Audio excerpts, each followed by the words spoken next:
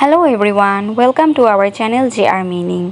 আজকে যে শব্দটি নিয়ে জানবো তা হচ্ছে কাইট বার্ড, যার অর্থ ঘুড়ি পাখি, চিল। নিচে দুটি এক্সাম্পল দেওয়া হয়েছে। Example 1, Kites are birds of prey known for their graceful flight and hunting skills. Kites are birds of prey known for their graceful flights and hunting skills. অর্থ, ঘুড়ি হলো শিকারী পাখি যা তাদের সুন্দর উড়ান এবং শিকারের দক্ষতার জন্য পরিচিত। Example 2, Children enjoy flying colorful kites at the park on windy days.